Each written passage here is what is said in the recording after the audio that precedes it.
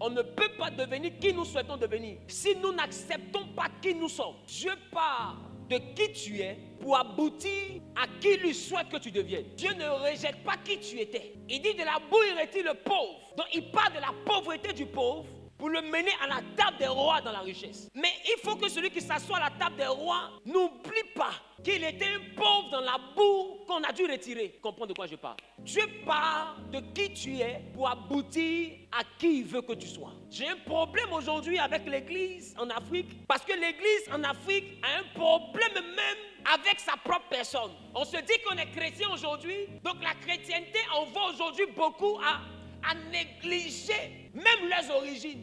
Donc, sous prétexte de la vie chrétienne, ne vont plus au village. On voit des enfants d'une génération qui naissent, qui grandissent, qui ne comprennent même pas leur langue maternelle. Pourquoi? Parce qu'on ne parle pas. Et toi-même, tu as réussi à apprendre. Deux fois, tes parents étaient ancrés au village, mais toi qui n'es pas ancré au village, tes enfants seront ancrés en quoi? Et on voit des chrétiens qui n'ont même pas l'oratoire africain, qui ne comprennent même plus les proverbes africains. Qui comprend ça?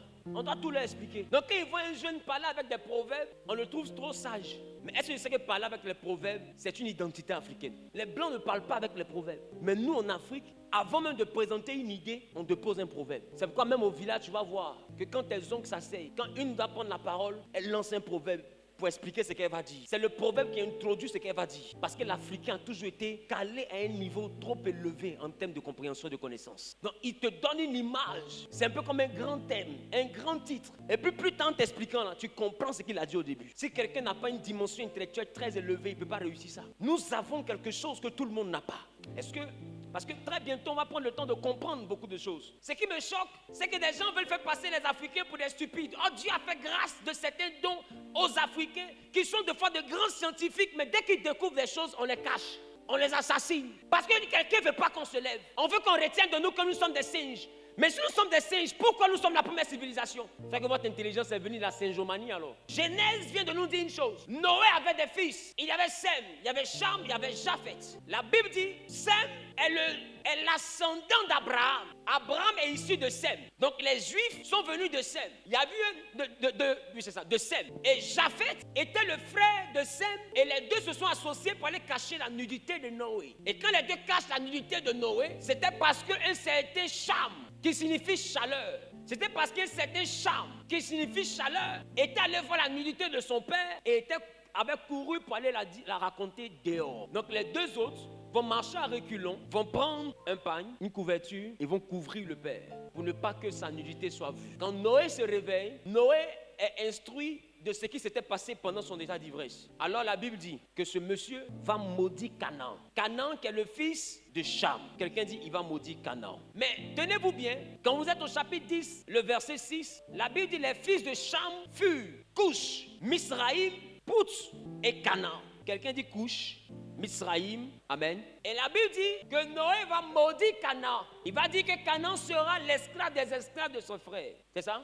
Maintenant, Cham n'avait pas que Canaan comme enfant. Comme je viens de citer, Cham avait 4 fils. Qui a été maudit? Canaan. Mais est-ce que vous savez que les autres fils de Noé, les autres fils de Cham, font référence au peuple noir? Venons, on va lire. Quand on parle par exemple de Couche, on parle réellement d'une étymologie qui parle d'Éthiopie ou Éthiopien. Quand on parle de Mitsraïm, Mitsraïm parle d'Égyptien. Est-ce que je parle à quelqu'un? Mitsraïm parle d'Égyptien. Couche parle d'Éthiopien. Et quand nous allons dans la dimension de Pout, Pout parle des Africains du Nord qu'on appelle aussi un peu comme apparenté aux Libyens. Donc tout ce qui peut être forme égyptienne, les pays maghrébins et autres, c'est leur ancêtre qu'on appelait Pout. Un Africain, mais avec une peau clairsemée. Il n'est pas blanc. Il est mat. Est-ce que je parle à quelqu'un? Donc, ça veut dire que dans la maison de Noé, il y avait Cham et il y avait l'ancêtre des Éthiopiens, l'ancêtre des Égyptiens, l'ancêtre de ceux qui sont comme les Libyens, des Africains du Nord. Et la Bible dit qu'il y avait aussi Canaan. Canaan qui plus tard va aller se développer sur un territoire qu'on va appeler le territoire de Canaan, où vont vivre les Cananéens. Et ce sont les Cananéens qui sont les Philistins, les Éviens, les Amoréens, les Jébusiens, tous les peuples que le peuple d'Israël a retrouvés à Canaan. Ce sont les descendants de Canaan. Donc Canaan va se déployer sur ce territoire et ce territoire va porter son nom. Mais les autres aussi vont se déployer chacun sur son territoire. Mais ce que je veux te faire comprendre, c'est que Éthiopie, Égypte ou Pout sont des identités africaines. Donc quand tu avais la peau noire, tu étais identifié à un endroit de ces endroits. Attendez, j'arrive. Quelqu'un dit, il arrive. Et on voit des personnes qui disent que la race noire est maudite parce que Cham avait péché. Et donc, son fils a été maudit, dont les Noirs ont été aussi maudits. Qui a entendu ça? Il n'a jamais été question de cela. La race noire n'a jamais été maudite. Et d'autres disent même que le teint noir était venu de cette malédiction. Eh Dieu, est-ce qu'on va s'en sortir? Amen. Dis avec moi, ce teint-là n'est jamais venu de la malédiction. Écoute-moi, la Bible a utilisé les noms pour essayer de définir soit les contextes ou pour essayer de définir les origines. Joseph d'Arimathée, un homme qui venait d'Arimathée. On l'appelait Ish-Boshet, plus de gloire. Parce qu'au moment où l'enfant est venu au monde, les circonstances, c'est que l'âge de l'alliance avait été volé. Donc on lui a donné un nom qui était rattaché à l'événement qui était là. Qui me comprend un peu? Jésus-Christ de Nazareth. Donc il y a des Jésus, mais de Nazareth, là, il y a un. Après ça, il y a eu Bar Jésus. Donc vous voyez que les gens étaient identifiés souvent par rapport à la localité. Donc quand on parle de couche, quand on parle de Cham, on parle d'abord de chaleur. Quelqu'un dit chaleur. Chaleur pourquoi? Parce que ça va expliquer plus tard les traits de caractère des enfants qu'il aura. Et son premier enfant s'appelle Couche. Couche qui signifie Éthiopie, mais qui signifie aussi brûlé noir, brûlé par la chaleur du soleil. Donc c'est un peu comme un nom qui veut expliquer pourquoi il est comme ça. Qui comprend? Alors le père s'appelle Cham, chaleur, mais le fils s'appelle Couche, brûlé par la chaleur du soleil. Est-ce que je parle à quelqu'un? Donc Couche veut dire Éthiopie, et Éthiopie signifierait brûlé par la chaleur du soleil. Donc tous ceux qui avaient ce trait de caractère, les gens étaient tentés de les appeler Éthiopiens. Parce que c'était les gens qu'on appelait définissait comme étant brûlés par la chaleur du soleil. Est-ce que je parle à quelqu'un? Écoute-moi, est-ce qu'on peut progresser? On peut progresser. Donc, Mitsraïm qui parle de terre égyptienne. Pout qui parle d'Afrique du Nord. Donc vous voyez que les trois enfants là font référence au continent africain. Mais là où maintenant je veux que nous puissions aller, c'est que Canaan est le seul enfant de Cham qui a été maudit. Canaan est le seul enfant de Cham qui a été maudit. Les trois autres n'ont pas été maudits. Noé a dit, maudit soit Canaan. Or, Canaan était le dernier fils. Il n'était même pas l'aîné. Le monsieur a mis Couche, Mitsraïm, Pout et Canaan. Quand Noé se lève, il dit maudit soit Canaan. Il sera l'esclave des esclaves de ses frères. Mais Noé ne s'est pas prononcé sur Couche. Noé ne s'est pas prononcé sur Mitsraïm. Noé ne s'est pas prononcé sur Pout. Mais il s'est prononcé sur Canaan. Donc d'où vient que les Noirs soient maudits? Parce que Noé aurait prononcé une malédiction sur le peuple noir. Dis à ton voisin, je ne suis pas une race maudite. La malédiction de Noé sur Canaan a pris. Parce que plus tard, quand Abraham qui vient de Sem va arriver sur le territoire de Canaan, Dieu va dire à Abraham, je donnerai ce territoire à toi et à ta postérité. Pourquoi? Parce qu'on a dit que Canaan était l'esclave des frères de Cham, le père. Ça veut dire que Canaan devait servir les descendants de Sem. Et les descendants de Japheth devaient vivre dans les tentes des descendants de Sem. Or, comme Abraham est de Sem, donc Abraham, dans ses tentes, vivent les descendants de Japheth. Et puis, Canaan est leur esclave. Donc, le territoire de Canaan doit appartenir normalement aux enfants de Sem. Et Abraham est l'héritier que Dieu avait désigné pour posséder le territoire de Canaan qui avait été maudit. Qui me comprend un peu? Donc, du coup, tous les Cananéens, leur territoire a été donné à qui? À Abraham. Mais qui est descendant de qui? De Sem.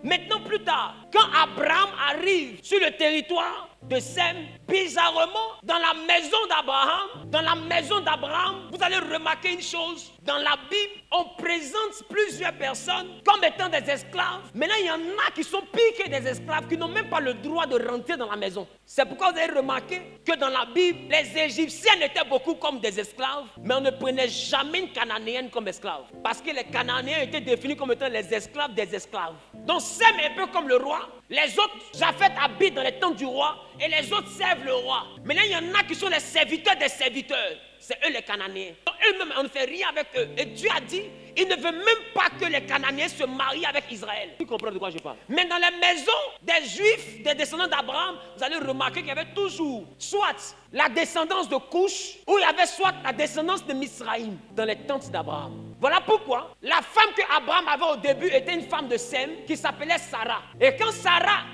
sera incapable de porter des enfants, Sarah va désigner son esclave qui s'appelle Agar. Agar est égyptienne. Égypte parle de Mizraïm. Mizraïm qui est l'enfant de Cham. Sarah ne va pas désigner une cananéenne. Elle va désigner l'une des filles de celui qui n'avait pas été maudit. Pourquoi Dieu plus tard va se retenir contre l'Égypte? Parce que les descendants de Mizraïm vont commencer à idolâtrer leur royauté. Ils vont élever leur roi à la dimension de Dieu.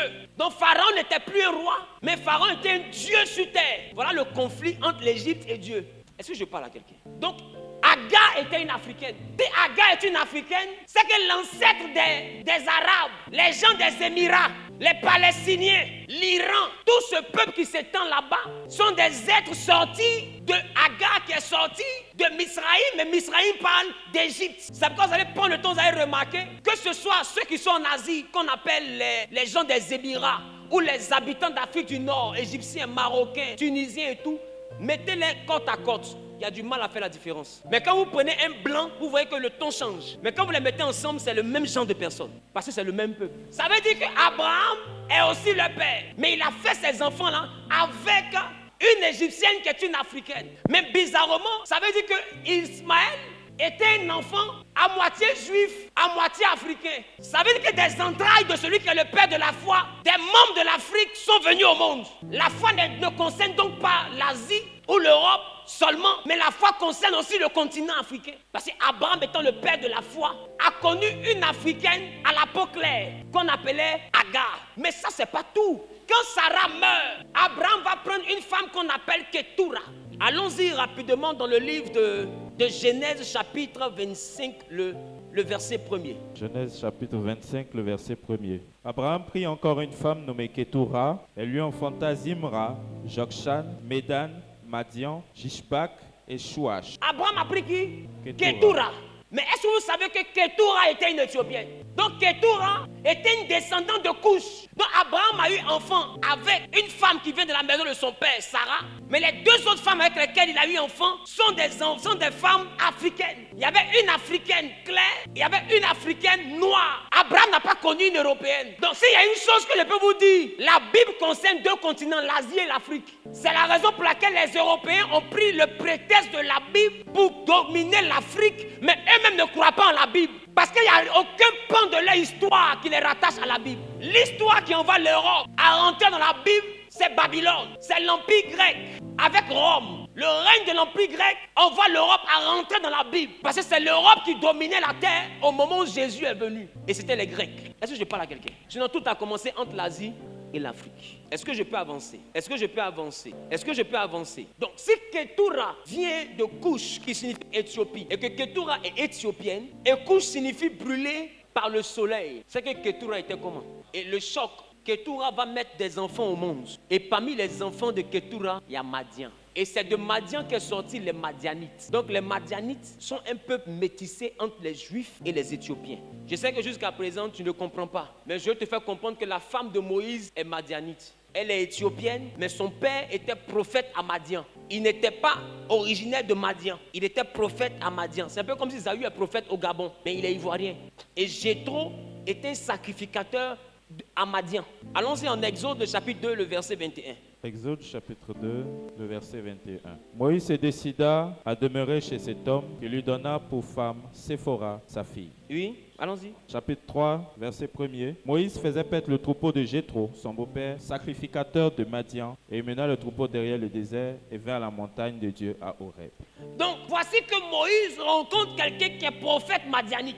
Un prophète de Madian appelé Jéthro. Jéthro est un descendant de Couche, brûlé par le soleil. La femme de Moïse, Séphora, est la fille de Jéthro. Cela veut dire que les enfants de Moïse étaient noirs. Et ce que je veux t'envoyer à comprendre, Moïse, de son côté juif, vient de la tribu de Lévi. Lévi a été mis à part par Dieu pour servir l'Éternel. Qui me comprend? Pour servir l'Éternel. Or, Moïse a eu des enfants avec une femme de peau noire. Donc, il y a du métissage noir dans la descendance de Moïse. Pour ne pas dire que c'est totalement des métis. Et plus tard, la Bible me présente les enfants de Moïse comme étant des personnes, c'est-à-dire Gershom et Eliezer sont les deux fils de Moïse. Mais que dit 1 Chronique, chapitre 23, le verset 15 à 17? 1 Chronique, chapitre 23, à partir du verset 15. Fils de Moïse, Gershom et Eliezer, fils de Gershom, Shoubuel le chef, et les fils d'Eliezer furent Rachibia le chef. Eliezer n'eut pas d'autres fils, mais les fils de Rachébia furent très nombreux. Poursuis. Fils de Jitséa, Shelomith le chef, fils d'Hébron, Jérija le chef, Amaria le second, Zakaziel le troisième, Jékamine le quatrième, fils d'Ouziel, Miché le chef, et Jijia le second. Fils de Merari, Machli et Mouchi, fils de Machli, Eliazar et Kis. Eliazar mourut sans avoir de fils. Il eut des filles qui prirent pour femmes les fils de Kis le frère. Fils de Mouchi, Machli, Éder, Jérémoth, 3. Ce sont là les fils de Lévi, selon leur maison paternelle, les chefs des maisons paternelles, d'après le dénombrement qu'on en fit en comptant les noms par tête. Ils étaient employés au service de la maison de l'Éternel depuis l'âge de 20 ans et au-dessus. Car David dit, l'Éternel, le Dieu d'Israël, a donné du repos à son peuple, et il habita pour toujours à Jérusalem. Et les Lévites n'auront plus à porter le tabernacle et tous les ustensiles pour son service. Ce fut d'après les derniers ordres de David qu'eut lieu le dénombrement des fils de Lévi depuis l'âge de 20 ans et au-dessus. Oui. Placés auprès des fils d'Aaron pour le service de la maison de l'Éternel, ils avaient à prendre soin des parvis et des chambres et la purification de toutes les choses saintes, des ouvrages concernant le service de la maison de Dieu. Donc, nous sommes dans une logique où les fils de Moïse, dans la dimension des Lévites, sont partis de la tribu du peuple qui est supposé servir l'Éternel. Ma question, c'est que parmi les Lévites, il y avait quelle race? Je veux dire à quelqu'un, dans la Bible que vous lisez, le continent africain a toute sa place. Nous ne prenons pas quelque chose qui vient de l'étranger. Nous prenons quelque chose aussi qui est rattaché à notre identité. Je ne sais pas si quelqu'un comprend ce que je dis. Parce que quand d'autres voient les Africains en train d'être chrétiens, on se dit qu'on renie notre dimension africaine parce que la Bible ne concerne pas les Africains. Je veux dire d'abord à quelqu'un, avant de rentrer dans le fond de mon message à partir de la semaine prochaine, la Bible concerne aussi les Africains. Nous avons une part dans ce livre que personne ne peut retirer parce que la Bible dit que Agar était l'alliance du mont Sinaï. Or, Agar est égyptienne, descendance de Misraïm. Donc, ça veut dire que la terre africaine a pris part à une portion de l'alliance. Non, je ne sais pas si quelqu'un comprend ce que je dis. Quelqu'un a dit Amen. Donc, nous sommes face à une affaire où nous comprenons que dans les descendants d'Abraham, qui sont dotés d'une promesse, il dit toute la terre sera bénie en toi et en ta postérité. C'est quoi la postérité? C'est quoi la postérité? La descendance, c'est ça? La descendance, c'est bien ça. Il dit la terre sera bénie en toi et en ta postérité. Maintenant, essayons s'il vous plaît de répartir la postérité. Il y a eu Isaac qui est l'ancêtre de qui? Il y a eu Isaac qui est l'ancêtre de qui? Des Juifs. Donc la terre sera bénie en la postérité. La postérité, quoi? Juif, ok. Il y a eu Ismaël qui est l'ancêtre de qui? De qui? Des Arabes. Donc la terre sera bénie. Il y a eu les enfants de Ketura, qui est Éthiopie, et qui est l'image de tous ceux qui sont brûlés par le soleil. Maintenant, ma question, si les Juifs ont la promesse et les Juifs règnent, parce que la terre doit être bénie en la postérité, donc les Juifs sont la postérité. Les Arabes aussi sont la postérité, et les Arabes sont en train de régner chez eux aussi. Alors le troisième règne, la troisième dimension de la postérité d'Abraham qui doit régner, elle est où? J'ai pas compris. Les Africains. Elle est rattachée à ceux qui sont brûlés par le soleil. Alors les gens ne peuvent pas accepter que ceux qui sont brûlés par le soleil se lèvent. Parce que ce qui fait leur force, c'est ce que les brûlés par le soleil produisent. Parce qu'ils savent que le jour où ils laissent ceux qui sont brûlés par le soleil tranquilles, la troisième dimension de la postérité va régner. Ils savent. C'est pourquoi je suis choqué quand on dit 1 minute de silence. J'ai dit ça sur ma page. Et on dit 1 minute de silence pour l'Ukraine. Nous, en quoi ça nous concerne? Si là-bas on fait 1 minute de silence pour eux, c'est que pour nous, là, les gens doivent se taire à jamais. Les gens doivent. C'est que l'humanité va se taire à jamais. Je vous assure, si les gens lèvent le pied sur ceux qui sont brûlés par le soleil, là où vous montez dans le bateau pour partir, là, ça ne sera plus rien. Ils ne peuvent pas faire ça chez Ismaël. Parce que Ismaël, même depuis longtemps, Dieu dit Ismaël, c'est un âne sauvage. Lui-même, là, vous n'avez pas lu? La Bible dit Ismaël est un âne sauvage. Sa main sera contre tous et la main de tous sera contre lui. C'est-à-dire que lui, il prend bombe, il met sur lui. Donc, tu ne peux pas faire ce que tu fais ici, là. Chez Ismaël, il y a longtemps, toi et puis lui, vous avez explosé. Ça fait un. Qui a remarqué? Donc vous voyez que les gens font la guerre à Ismaël, mais Ismaël est bizarre. Donc quand Ismaël s'est levé, on dit oh c'est les attentats terroristes. Parce que Ismaël ne supporte pas la connerie là. Lui, il a répliqué à sa manière. Les gens le laissent tranquille, il bénéficie de son or, de son pétrole tranquillement. Le deuxième, c'est qui? C'est Isaac, non? Qu'est-ce qui se passe à Isaac? Regardez, Israël, c'est le pays qui est toujours en guerre. Depuis on est petit, ils sont en guerre. Qui a remarqué? Depuis on est petit. Parce que les gens ne veulent pas laisser les trois postérités d'Abraham tranquilles. Si ces trois postérités-là sont en paix, voilà pourquoi Dieu prend le temps de vous prévenir. Il dit, ils te feront la guerre, mais ils ne te vaincront pas. Il parlait des fils d'Abraham. Les fils d'Abraham n'auront pas la paix. Mais parmi ces fils, il y a Ismaël, il y a Isaac et il y a les descendants de Couche. Les autres là, et ils réussissent à se lever. Ils se débattent et ils prennent le dessus. C'est Couche là qui est couché. Qui comprend ce qu'il dit? C'est Couche qui est couché. C'est pourquoi je vous assure, les plus grands visionnaires de ce monde ont compris que la dernière civilisation sera africaine. Ils ont tous commencé à monter dans leurs bateaux pour venir investir en Afrique. Ils sont tous sur le marché africain. Les Européens sont ici. Les Chinois sont ici. Tout le monde prend son bateau pour venir. Pourquoi? Parce qu'ils savent que la dernière révélation n'est pas là-bas. La dernière révélation des fils d'Abraham, c'est ici. C'est ici. Il y a trois postérités. Les deux ont réussi à se lever. La troisième dimension, on refuse qu'elle se lève. Alors je veux dire à quelqu'un, ils te feront la guerre, mais ils ne te vaincront pas. Écoutez, je vous ai dit que Agar, c'était Mizraïm. Est-ce que vous savez que Mizraïm aussi a régné? C'était l'Égypte. En tant qu'Ismaël, sa mère est égyptienne. La bénédiction de l'Éternel est descendue aussi sur l'Égypte. Ils ont prospéré. Même quand la famine arrivait, Dieu envoyait un juif, Joseph, pour les préserver de la faim. Leur problème avec Dieu, c'est qu'ils ont décidé de devenir parents et devenus comme Dieu sur terre. Dieu voulait briser cet orgueil. Donc ça veut dire que Ismaël, Agar, même dans sa dimension égyptienne, a régné. Et ils ont gouverné la terre. L'Égypte était la première puissance mondiale. Est-ce que vous pensez que les reins d'Abraham, vous pensez que les reins d'Abraham sont... Vous pensez que c'est un jeu? Le fait d'être connecté aux reins d'Abraham, ça fait de toi quelqu'un que tu ne peux pas imaginer. L'Égypte a régné. Les Juifs, on les a mis dans le désert. Les meilleurs fruits sont descendus là-bas. Les plus grands scientifiques, les hommes les plus posés sont des Juifs. Dieu les a bénis. Même les nations s'inclinent. Ils reconnaissent que les Juifs, ce n'est pas du jeu. Ils se sont inclinés. Troisième dimension, Ismaël, les Arabes. Ils aussi sont en train de régner, mais pas possible. Ils sont en Arabie Saoudite, là, mais puis les clubs européens leur appartiennent. Ils payent tout. Ils sont en train de régner. Parce que c'est ce que Dieu a promis à leur grand-père. Mais est-ce que vous savez que Agar, c'est Égypte, ils ont régné. Ismaël, c'est l'Arabie, il règne. Isaac, c'est Israël, il règne. Mais est-ce que vous savez que Ketura, c'est Couche, elle aussi, elle doit régner. Parce qu'elle a connu Abraham. Or, tous ceux qui ont connu Abraham ont une part de l'héritage d'Abraham en eux. On va régner aussi. On va régner aussi. Que les gens ne pensent pas que la Bible parle seulement que du ciel. Non, la Bible parle de certains règnes, de certains peuples. Et le peuple noir a un règne. Mais Couche est couché parce que tous ceux qui sont de Couche qui veulent se lever, leurs frères les envoient à se coucher. Un prédicateur n'est pas seulement celui qui annonce le ciel. Un prédicateur est celui qui annonce le règne. Or, le règne n'est pas que dans le ciel. Nous sommes établis par Dieu pour annoncer le règne. Et je peux dire à quelqu'un, l'une des choses qui fait qu'aujourd'hui la Bible traîne dans nos mains, c'est parce que le monde attend. Le monde attend avec un ardent désir. Tout le monde sait que l'Afrique va se lever, elle va se réveiller, mais on ne sait pas quand. Donc tout le monde attend. Ils sont là, ils nous regardent. Depuis les États-Unis, ils nous regardent. Depuis l'Europe, ils nous regardent. Depuis l'Asie, ils nous regardent. C'est nous seuls, on ne s'est pas encore vu. C'est nous seuls, on ne s'est pas encore vu.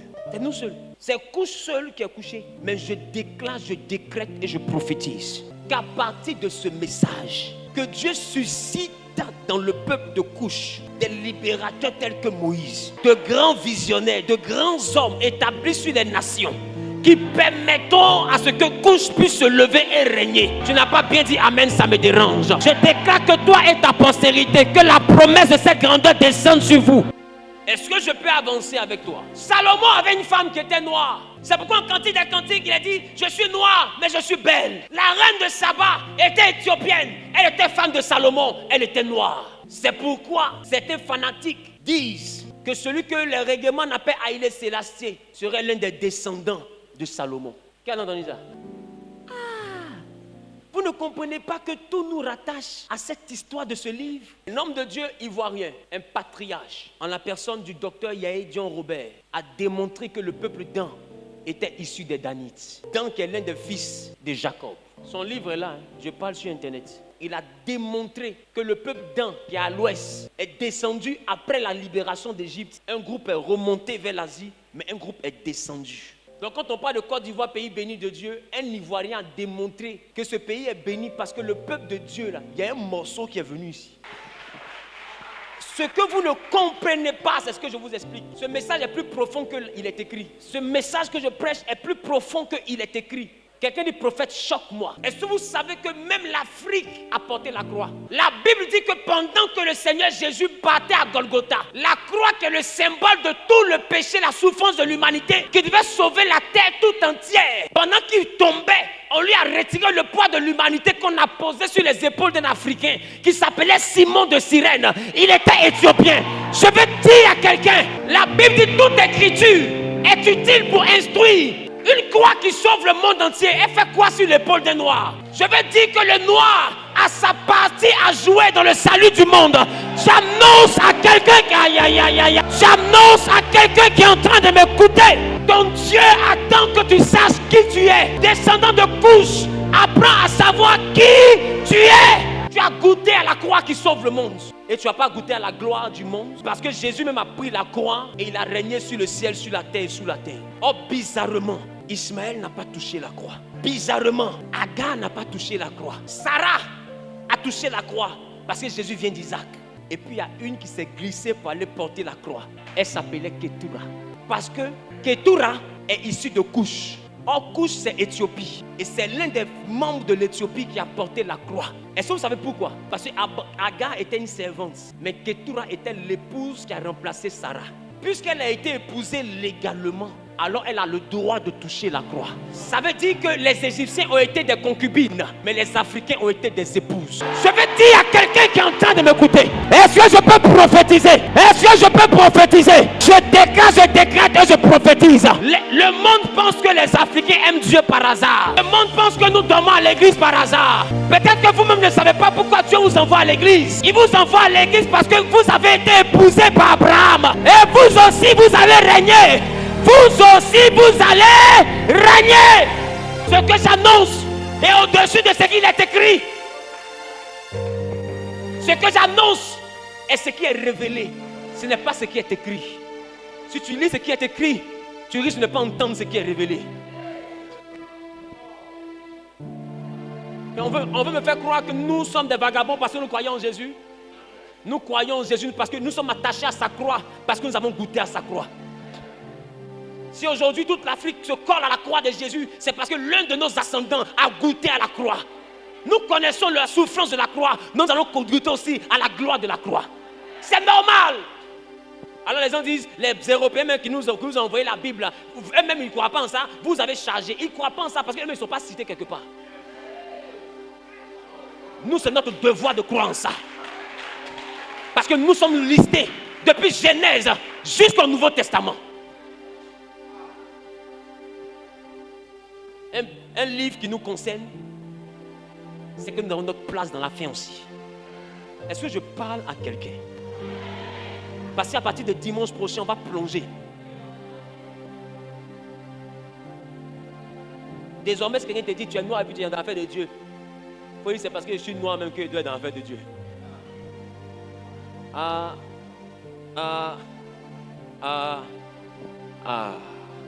Quelqu'un me dit yes. Quelqu'un me dit yes. Quelqu'un me dit yes. Quelqu'un me dit yes. Je déclare, je décrète et je prophétise. Je déclare, je décrète et je prophétise. Que la gloire que Dieu a réservée pour ce continent commence à descendre sur toi, sur les enfants qui sont dans tes entrailles et dans tes reins. Que cette gloire commence à t'impacter, à impacter ta famille, ta commune, ta nation. Que tous les Africains qui sont connectés à cette vidéo, à partir des réseaux sociaux ou à partir de cette salle, que la grâce que je suis en train d'annoncer descende dans votre vie. Et qu'à partir de vous, que la gloire que Dieu veut faire descendre dans ce continent commence par vous et par vos descendants. Celui qui a dit je reçois est propriétaire. Je reçois. Tu sais, ça peut te sembler banal. Pour toi, tu peux être en train de recevoir une parole bizarre. Mais tu seras surpris que tu mettes au monde un enfant, qui mettra au monde un enfant, qui sera le commencement de la libération du continent. C'est pourquoi ne pensez pas que les messages sont là par hasard. Les messages prophétiques sont là pour prophétiser. Quand un prophète commence à annoncer un message prophétique de cette envergure, sachez que Dieu est sur le point de faire quelque chose. C'est pourquoi prenez le temps de remarquer l'antichrist est européen. Parce que l'Europe n'a jamais cru en la Bible. L'antichrist est européen. Parce que l'Europe n'a jamais cru en la Bible. La Bible ne le concerne pas. Et ils veulent prendre la religion pour diviser Ismaël et Isaac. Et pour diviser Ismaël, Isaac et Couche. Et ils nous séparent sur la base de la religion. Voilà pourquoi la Bible dit, selon Paul, il dit quand nous serons parvenus à l'unité de la foi. Parce qu'ils vous divisent dans la foi. Quand vous allez réussir à atteindre l'unité de la foi, vous allez comprendre leur politique. Dites-moi, un livre qui concerne l'Arabie, les Juifs, et Couche, les Noirs, pourquoi c'est Constantin Blanc qui fait rédiger?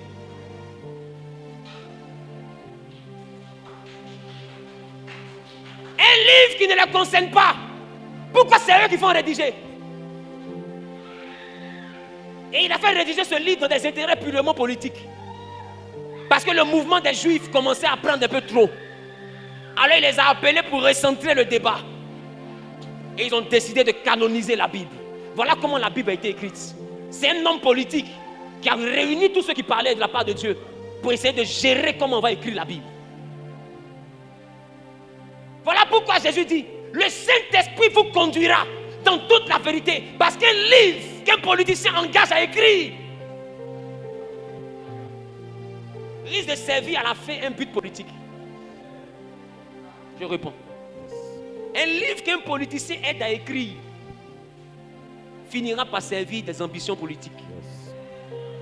Voilà pourquoi pour coloniser l'Afrique, ils sont venus avec le livre. Parce que ce livre a été écrit sous l'instruction d'un politicien. Mais celui qui prend ce livre-là, que ce politicien a aidé à écrire, et rentre dans la dimension du Saint-Esprit, le Saint-Esprit va lui révéler toute la profondeur que ce monsieur a voulu cacher. Ce que je dis est plus grave que ce que vous écoutez. Seul le Saint-Esprit peut vous conduire dans toute la vérité. Voilà pourquoi la Bible dit que c'est ceux qui sont conduits par l'Esprit de Dieu, qui sont véritablement fils de Dieu. Jésus nous a donné ces paroles.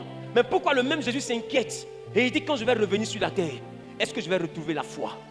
S'il est sûr que ces paroles vont rester, c'est qu'il est sûr que la foi va rester. Mais s'il te dit, est-ce que je vais retrouver la foi? Parce que simplement il sait que la foi vient de ce qu'on entend. Mais si ce qu'on entend a été modifié, est-ce qu'il va retrouver la foi? Si ce qu'on entend a peut-être été manipulé, est-ce qu'on peut retrouver la foi? Alors il dit, seuls ceux qui sont conduits par l'Esprit de Dieu seront véritablement fils de Dieu.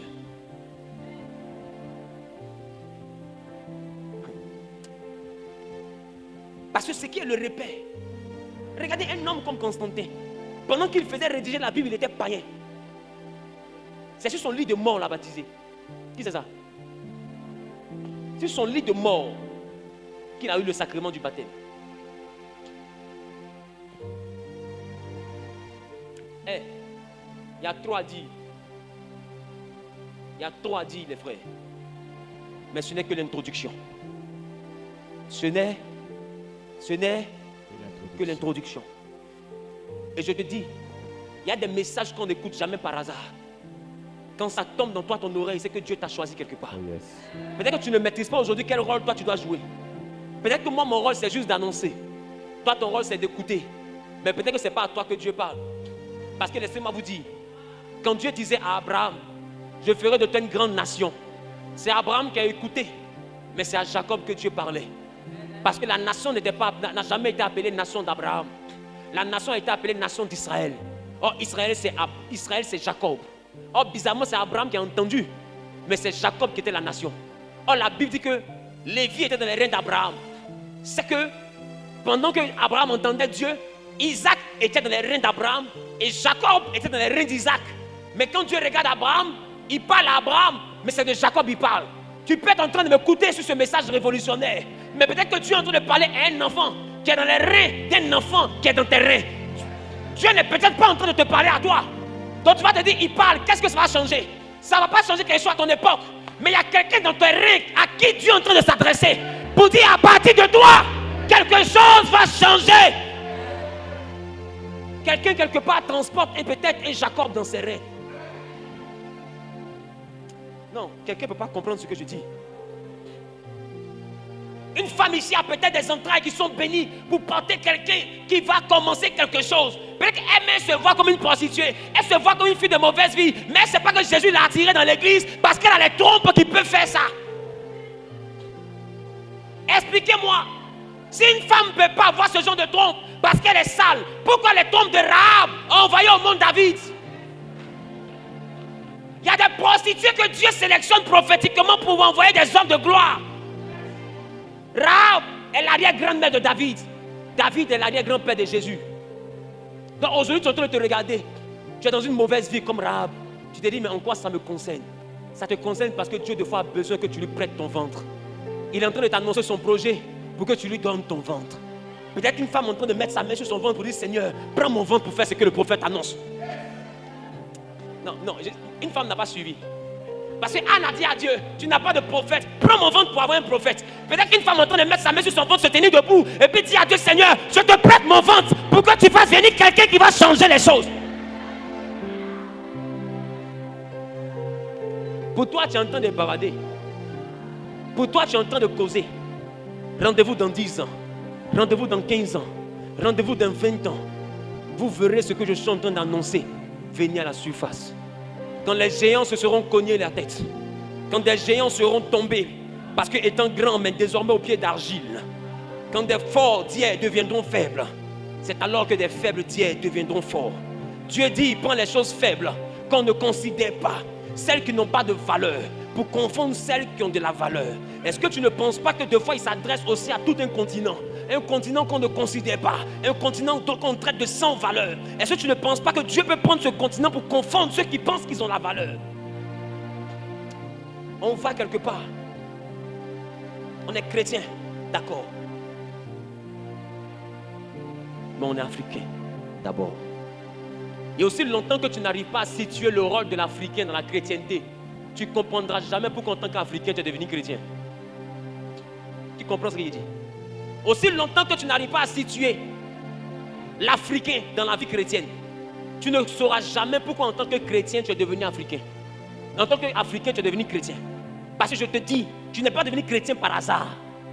Tu es devenu chrétien parce que le livre là te concerne. Allez en Europe, les églises sont vides. Les blancs ne croient pas en Dieu. Ceux qui ont envoyé la Bible, ils ne croient pas. Eux tous, tu leur demandes, moi, je suis athée. Hein? Est-ce que tu crois qu'il y a un Dieu? Un Dieu? Où? Dieu? C'est quoi ça? Moi, je ne crois pas en tout ça. Ils ne croient pas en Dieu. Ils n'ont pas la foi. La lumière, lui, dans les ténèbres. Mais les ténèbres ne l'ont pas reçu. Vous pensez que c'est quoi les ténèbres du monde? Vous pensez que c'est quoi les ténèbres du monde? Vous pensez que les ténèbres du monde sont où? Dans la Bible, que la lumière, lui, dans les ténèbres. Pourquoi est-ce que cette lumière est née pendant que c'était l'Europe qui gérait le monde? Elle est née pour qu'elle puisse briller en plein cœur d'un système qui allait détruire le monde. Pour que ce système n'a plus accepté la lumière. Mais ce système ne l'a pas reçu. Ils l'ont pris, ils l'ont crucifié parce que c'était eux. Et ils ont continué dans le système. Et jusqu'à aujourd'hui, nous envoient une maladie qu'on appelle le corona, la couronne. Pourquoi? Parce qu'ils s'apprêtent à couronner quelqu'un qui va détruire la terre. Ils sont dans quelque chose. Et c'est eux aujourd'hui qui votent que 2 hommes doivent se marier. C'est eux aujourd'hui qui votent que 2 femmes doivent se marier. Mais allez en Asie, les enfants d'Ismaël n'acceptent pas ça. Les enfants d'Isaac n'acceptent pas ça. Les enfants de Couche n'acceptent pas ça. Mais pourquoi c'est eux seuls qui acceptent? Parce que c'est eux les ténèbres. Pourquoi ne comprenez-vous pas ce que l'esprit essaie de vous dire? Les ténèbres, c'était un système. Ce système n'a pas reçu celui qui est né à l'époque de leur règne. Ils ont continué dans leur manœuvre. Et ils veulent entendre leur perversité sur le reste de la terre. Et tous ceux qui s'opposent à ça doivent être détruits. Et vous voyez des guerres qu'eux-mêmes ils inventent pour détruire des gens qui ne sont pas d'accord avec ce qu'ils sont en train de voter. Parce qu'ils veulent répandre leurs ténèbres sur toute la terre.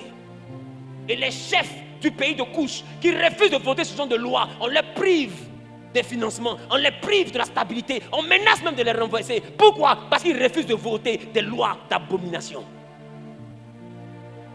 Et pendant ce temps, toi, descendant de Couche, tu dors. Les gens veulent te tuer dans l'œuf. Ils veulent faire mourir ta gloire dans l'œuf. Avant que tu te lèves, ils veulent te mettre en conflit avec le Dieu qui va te faire te lever. Il y a des choses qu'il faut refuser. Il y a des choses abominables qu'il faut refuser. Il ne faut pas troquer la gloire pour faire plaisir aux ténèbres. C'est eux les ténèbres. Qui nous a montré une femme qui couche avec un chien? C'est eux. Qui a commencé à faire des films où il y a des orgies? C'est eux. Qui montrent des films érotiques où un enfant couche avec sa mère? Vous ne comprenez donc pas qu'ils sont en train de tout faire pour un but. Pendant ce temps, les autres de l'Asie luttent pour tenir. Et ils veulent étendre leur règne jusqu'en Asie. Et ils ont cogné un géant. Ils veulent le renverser pour continuer leur côte. Et aujourd'hui, remarquez, la Chine, l'Arabie, tout le monde est en train de se mettre derrière la Russie. Parce que c'est le seul qui doit faire barrière. Ils sont en train de se battre contre les ténèbres. Et vous faites une nuit de silence pour l'Ukraine? Vous devez faire une nuit de silence pour la Russie, pas pour l'Ukraine.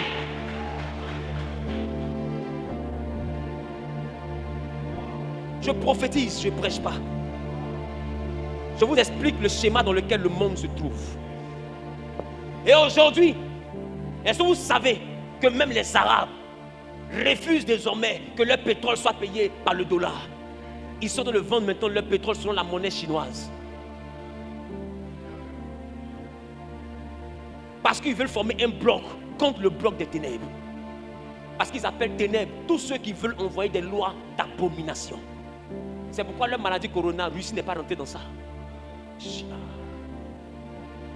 Parce que ce n'est pas un système de chez eux. Mais bizarrement, pendant qu'eux ils refusent, il n'y a pas de mort chez eux. C'est quelle maladie qui connaît frontières? Vous ne comprenez pas qu'il y a du fake quelque part. Vous ne comprenez pas qu'il y a un système quelque part. Quelle est cette maladie qui disparaît quand eux ils ont élection? Dès que l'élection finit, la maladie revient. Quelle est cette maladie qui disparaît quand il y a la Coupe du Monde? Dès que la Coupe du Monde finit, ça revient. Vous n'avez pas remarqué que cette maladie est télécommandée par eux-mêmes pour servir leur but? Et quand ça ne les arrange pas, en même pause. Quand ça les arrange, en même play. Vous ne comprenez donc pas? Et tout le monde, portez des cache-nez. Enlevez les cache-nez. Portez des cache-nez.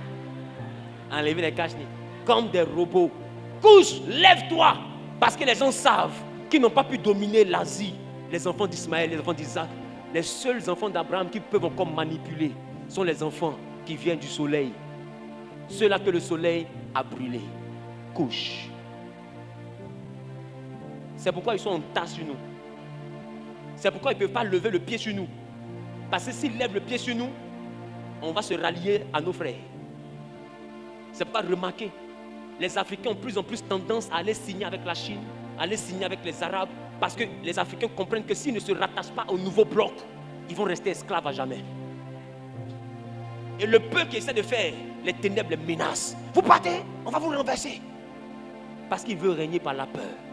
Mais la Bible dit, les ténèbres règnent.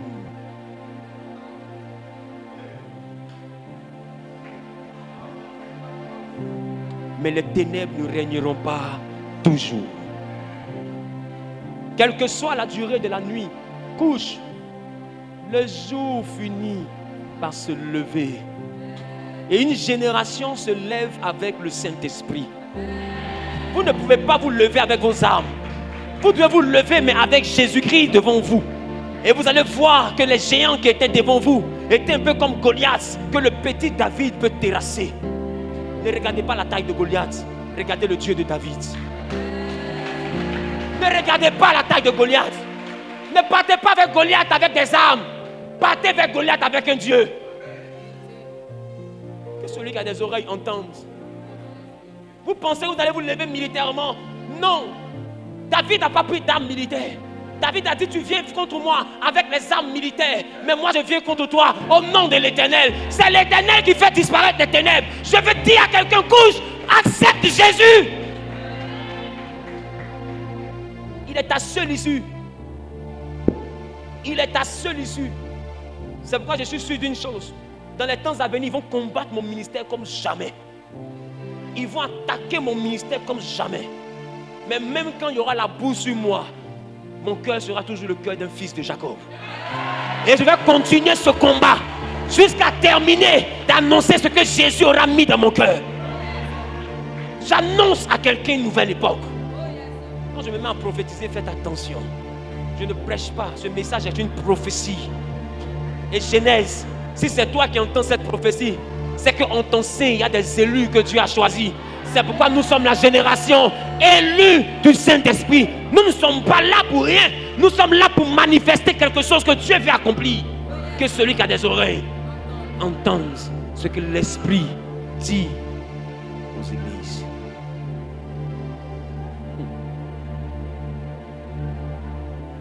Je veux que quelqu'un prenne de l'huile d'olive.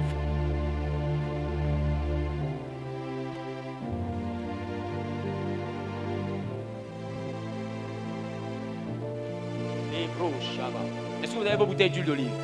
Si vous n'avez pas, envoyé la bouteille d'huile d'olive, mettez rapidement. On va prier. On va prier. Parce que je suis venu prophétiser. Je prophétise à chaque entrée d'année, remarquez. Mais nous sommes à l'entrée de l'année spirituelle. Nous sommes à l'entrée de l'année spirituelle, les gars. Nous sommes à l'entrée de l'année spirituelle. Et j'annonce quelque chose de spirituel parce que nous sommes à l'entrée de l'année spirituelle. Dieu doit vous faire connaître les desseins du monde dans lequel vous êtes. Dieu ne fait rien sans l'annoncer à ses serviteurs, les prophètes. Un prophète qui est encore en train de traîner dans le village des gens, voir l'attente des gens, c'est que son prophétique est encore enfant. Un prophète doit être capable de discerner le temps des nations. Tu arrives à voir le nom, prénom des gens, mais tu n'arrives pas à voir dans quelle époque nous sommes, dans quelle saison nous sommes, dans quelle phase nous sommes. Il a dit à Jérémie, je t'ai établi prophète sur les nations. Un prophète qui traîne dans les villages n'a pas encore reçu les prophétiques. Le vrai prophétique est sur la nation. Donc ça voit ce qui se passe dans les nations. Donc laissez le prophétique de coup commune. Viens. Coup, viens vers moi. Tu t'appelles comment? Tu t'appelles comment? Bala modeste. Tu es béni. Tu es béni. Tu as des enfants? Tu as combien d'enfants? Deux enfants. Deux enfants. C'est quoi? Deux filles, deux garçons, quoi? Deux filles. Est-ce que tu as une de tes filles qui s'appelle Rebecca? Rebecca. Elle est un peu bancale. C'est la dernière. Écoute-moi bien. Quand elle va grandir, à l'âge de 22 ans, elle va croiser un homme, mais qui est juif.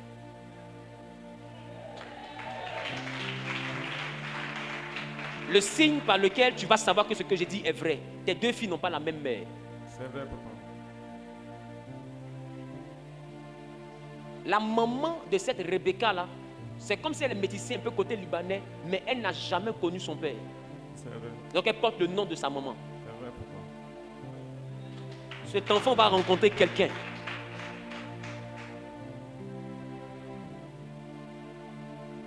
Dans 18 ans, elle a 4 ans actuellement. C'est vrai, papa. Dans 18 ans, elle va rencontrer quelqu'un.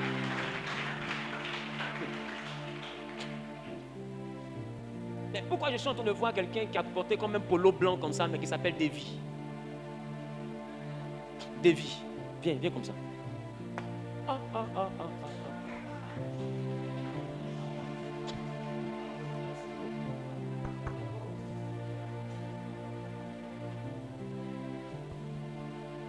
Je regarde, je vois un étage, 2 étages. Quelqu'un a porté treillis, c'est qui? J'habite là-bas. Un étage, 2 étages. Quelqu'un a porté des treillis, comme une tenue militaire, une tenue de l'armée. Comme une tenue de l'armée. Attends. Qui t'a invité? Je vous ai suivi sur YouTube. Sur YouTube. Parce que je vois un étage, 2 étages. Je vois quelqu'un qui porte une tenue de l'armée.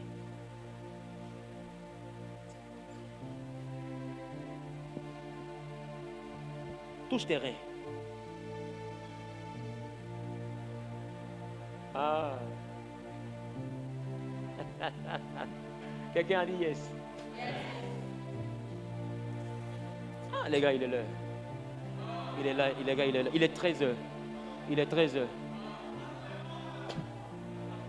Il est quoi? Mais c'est pas l'heure que je vois ici. Quoi ça? Vous dites quoi? J'ai dit, c'est pas l'heure que je vois ici. Ou bien c'est moi qui vois mal. Il est 13h04 minutes.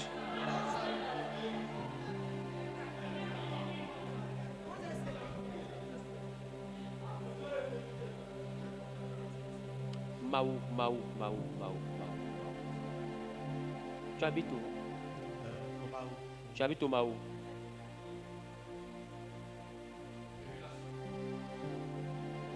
Il y a quelqu'un qui va sortir des entrailles de quelqu'un qui est dans tes entrailles. Et je le vois avec une tenue militaire.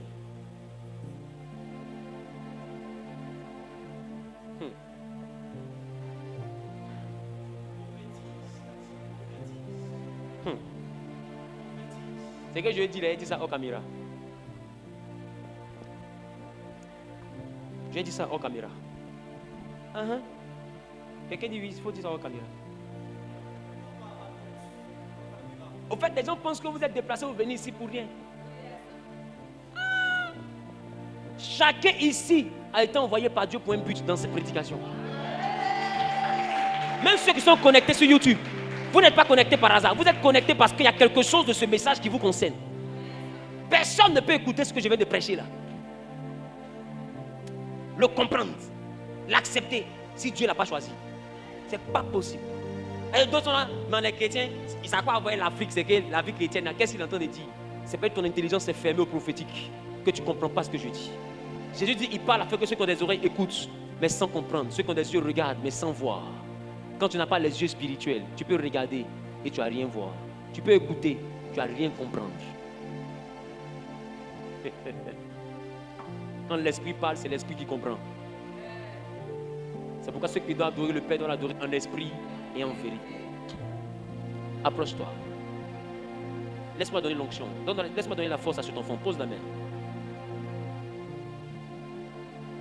Béni sois-tu.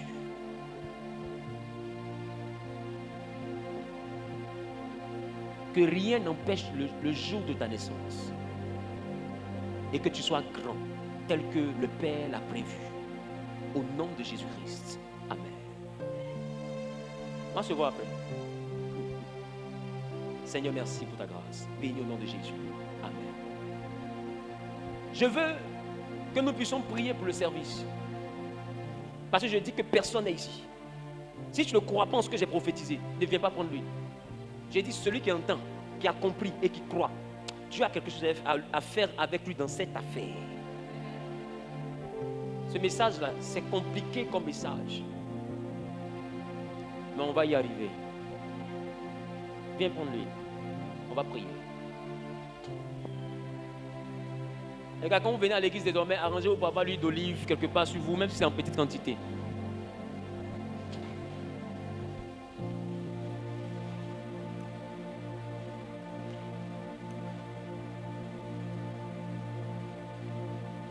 Lelebo shabalalaba kelebro.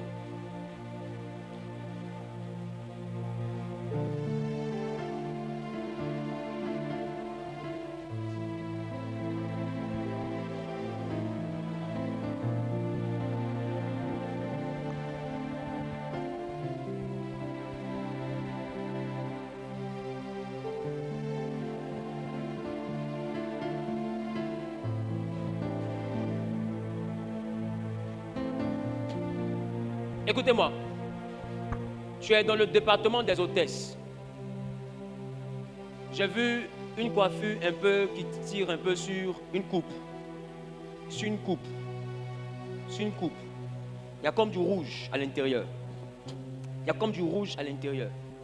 J'ai vu un homme que tu connais qui est venu avec toi jusqu'à l'entrée du temple dans une voiture. Il est venu dans une voiture jusqu'à l'entrée du temple. Cet homme-là, un peu comme Libanais, il est de peau claire. Est-ce que tu es là? Tu as une coupe de cheveux qui tire sur le rouge. Il y a un homme qui est venu avec un véhicule. Avec un véhicule. Et il est venu te déposer. Il est venu jusqu'à devant l'église. Il est venu jusqu'à devant l'église. Tu étais là quand il a déposé. Viens, je vais te dire. Emmanuel est là, ici, présent avec moi. Emmanuel est là. Emmanuel, Emmanuel, Emmanuel est là. Emmanuel est là, ici, présent Avec moi. Emmanuel est là. Emmanuel est là. Emmanuel est là. Emmanuel est là, ici, présent avec moi. Emmanuel est là. Emmanuel est là. Emmanuel, Emmanuel est là. Emmanuel est là, ici, présent avec moi. Emmanuel est là. Emmanuel est là. Elle est où? Elle est où? Dépêche-toi. Elle est où? L'hôtesse là, elle est où?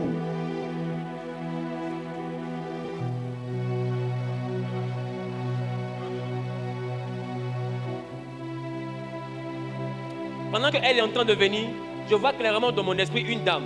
C'est comme si la dame apportait un ensemble pagne. L'ensemble pagne tient un peu sur du verre.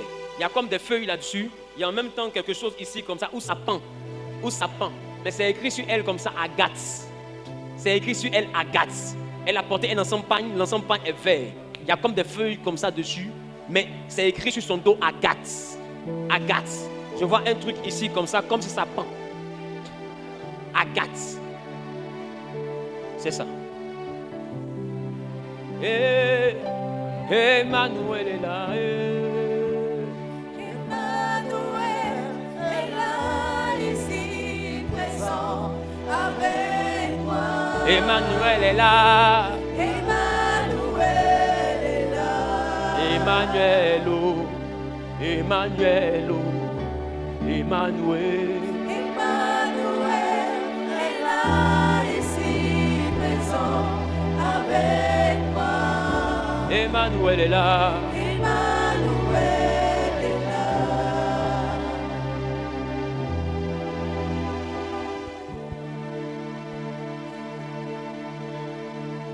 Aïe. L'affaire là, c'est compliqué. Regarde, maman. Regarde. Regarde.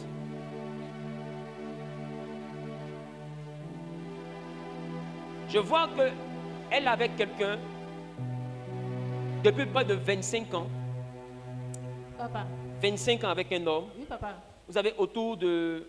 Vous avez des enfants? Oui, papa. Combien? 4. Vous avez 4 enfants. Oui, papa. Mais ce monsieur a été frappé d'une malédiction. Il a perdu son travail il y a une dizaine d'années. Jusqu'à présent, il ne s'est plus jamais relevé.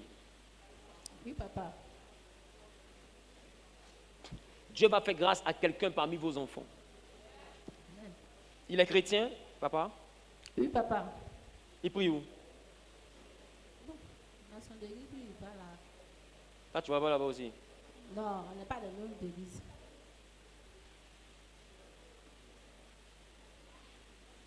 Quand tu quittes ici, il faut lui dire que le vendredi prochain, nous avons la veillée de prière qui va parler de réussir à partir des versets. D'accord, papa. Dis-lui de venir. D'accord, papa. Je veux le voir. Je vais te demander après toi et après lui. Dis-lui de venir. D'accord, papa. Et on va travailler. Elle est où?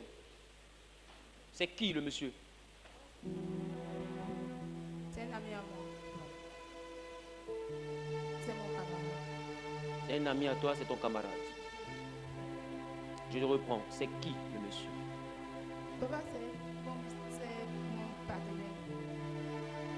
Ton partenaire de quoi? D'affaires ou de quoi? C'est avec lui. C'est avec lui que tu es. Je comprends.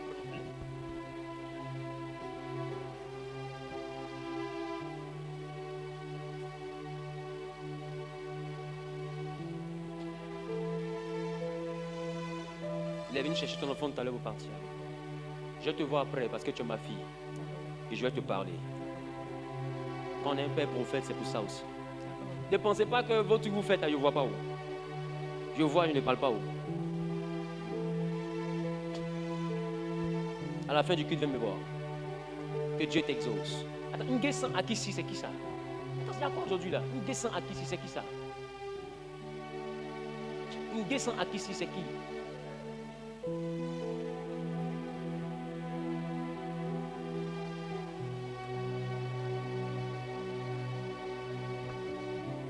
Une descend à qui ici, c'est qui?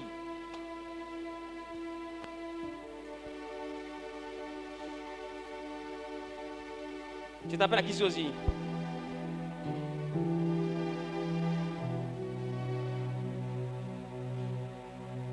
Bien.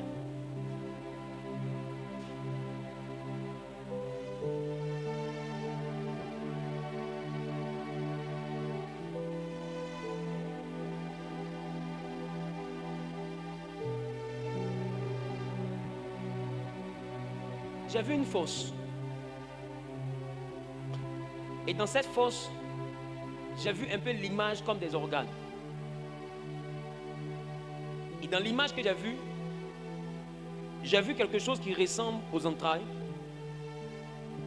C'est-à-dire l'appareil génital. Et j'ai vu quelque chose qui ressemble ici. Le bas du dos. Parce que, tel que je vois, ça ressemble un peu à quand on dessine les ossements, l'arrière du squelette. Et ce que je suis en train de voir, je vois au niveau d'ici, je vois comme une fissure. Mais une fissure qui a été provoquée. Une fissure qui a été provoquée. Et c'est en train de générer un mal qui est en train de se répandre.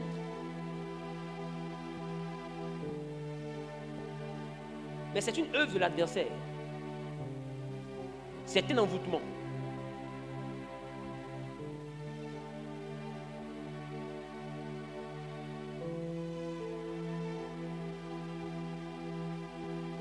Pose la main sur ton dos.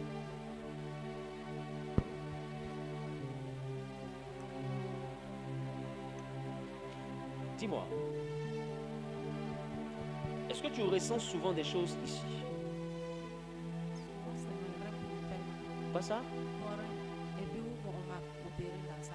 Et puis ici. Et puis ton rein. C'est quoi tu appelles ton rein? C'est ici là? C'est ici là? C'est pas le rein, c'est le bas du dos. C'est ce que je viens de dire que j'ai vu là. Si on ne prie pas pour toi, à la longue, ça va devenir un truc qui va engendrer une paralysie. Mais je veux prier pour toi maintenant. Et pendant que je suis en train de parler, la grâce de Dieu restaure le bas de ton dos et restaure tes entrailles. Parce que dans cette fosse, j'ai vu entrailles et j'ai vu bas de dos. Qui se rappelle ce que j'ai dit? Et elle me dit qu'elle a des douleurs ici, au bas ici. Et elle a des douleurs ici, au bas du dos. Elle appelait ça les reins.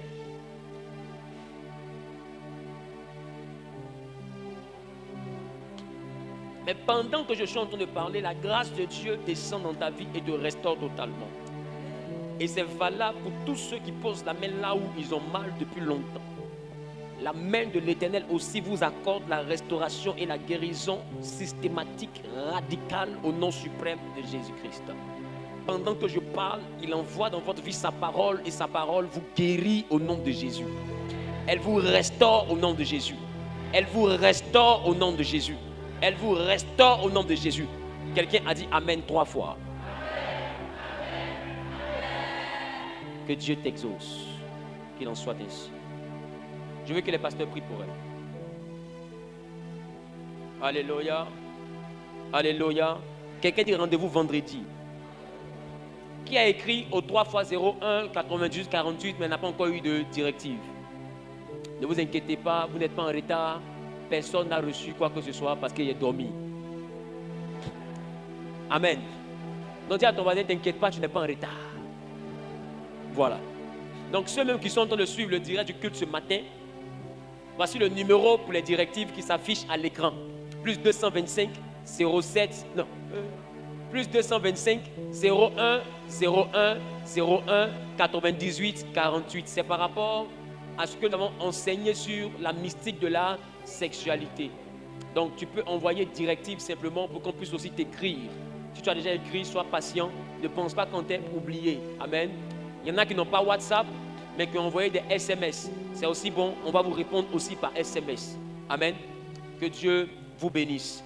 Je veux inviter rapidement ici tous ceux qui sont venus avec leur dîmes ou les prémices. On va rapidement prier. On va rapidement prier pour le service des dîmes et le service des prémices. Venez rapidement, s'il vous plaît. Donc, ceux qui ont entendu les directives hier, j'avais envie de m'excuser, mais les gars, ce n'est pas donné de s'arrêter de 1h du matin jusqu'à 6h du matin. Quand le monsieur mince est rentré à la maison, il a dormi. Amen. Voilà. Donc j'ai dormi, acclame le Seigneur pour mon sommeil. J'ai travaillé, il faut que je dorme. Amen.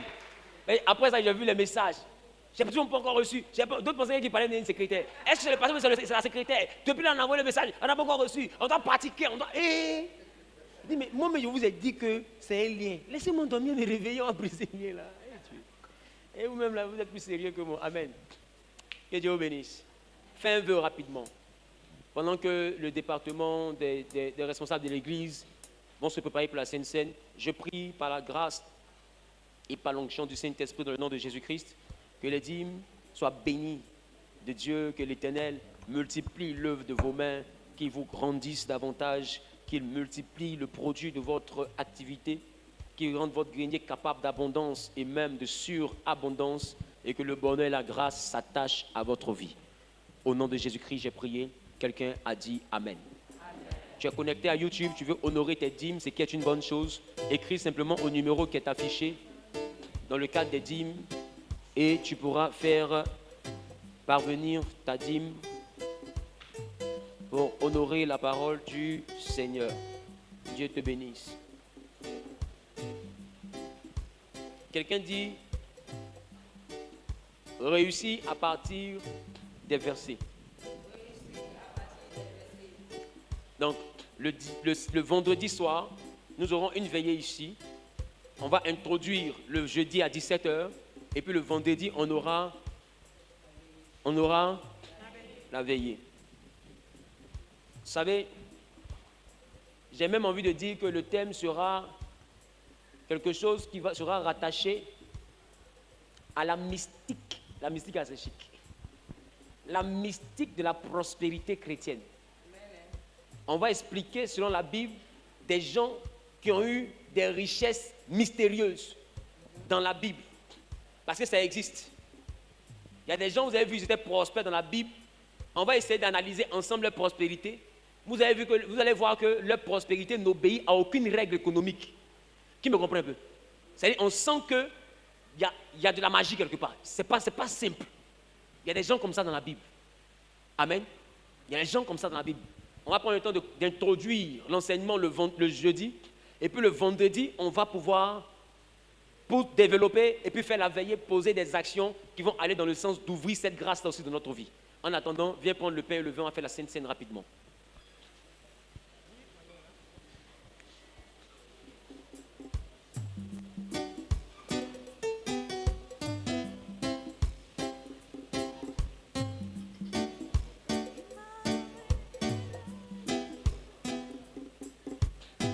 Le dimanche de Pâques, c'est-à-dire le dimanche 9 avril, toute la GEG, et j'ai envie de dire même toute l'église, doit s'habiller en tenue traditionnelle de chez toi. C'est-à-dire, habille-toi en tenue traditionnelle de chez toi. Amen. Dis avec moi la tenue traditionnelle de chez moi. Voilà. Donc, À la fin, nous allons partager un repas. Et la GEG a demandé à ce que tous les membres de la jeunesse, ça c'est une annonce de la GEG maintenant, que tous les membres de la jeunesse viennent avec des repas froids qu'ils vont pouvoir partager à la fin du culte ensemble. Mais toute l'église, c'est-à-dire ceux qui sont pas forcément de la GEG, ne sont pas obligés de venir avec les repas. Mais la GEG, ceux qui sont dans l'association des jeunes de l'église Genèse, vont venir avec les repas, ils vont partager leurs repas en tant que jeunes de Genèse à la fin du programme. Cependant, le dimanche prochain, tout le monde doit être habillé en tenue traditionnelle de chez lui. Parce que le thème, ça sera aussi la chrétienté, sinon le chrétien et les traditions africaines. Amen. Le chrétien et la tradition africaine. Ou bien le chrétien et la culture africaine. Donc il est important que tu viennes avec la tenue de chez toi. Amen. Voilà, il faut laisser mini, il faut laisser pantalon de tissu, va porter habit de chez toi pour venir. Amen. Chrétien, d'accord? Mais africain, d'abord. Dernière annonce, je la donne rapidement. Le temps que tout le monde regagne sa place.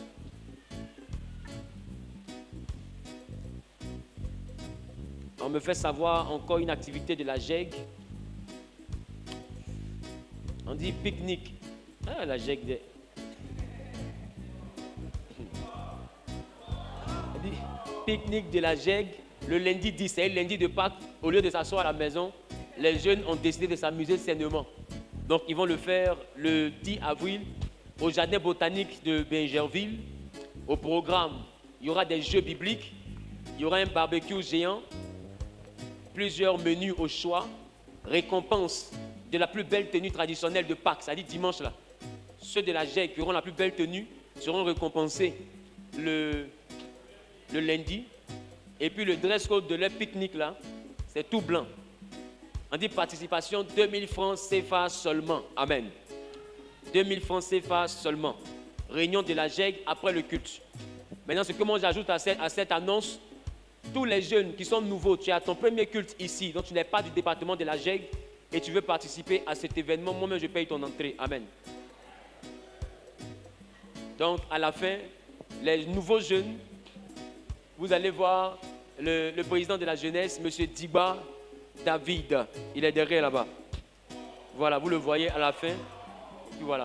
Je prie que ce pain et ce vin soient bénis, sanctifiés et qu'ils soient le corps et le sang de Christ, afin d'amplifier en nous notre désir de plaire à Jésus, d'être comme Christ, d'être rempli de ses sentiments, de sa capacité, d'être imprégné de sa vision et d'être débordant de l'amour de son œuvre et de l'amour de son nom.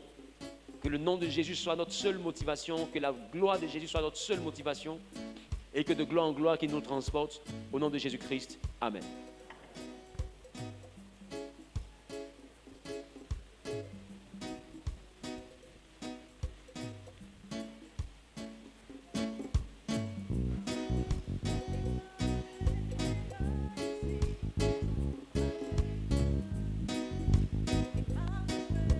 Alléluia. Que Dieu vous bénisse.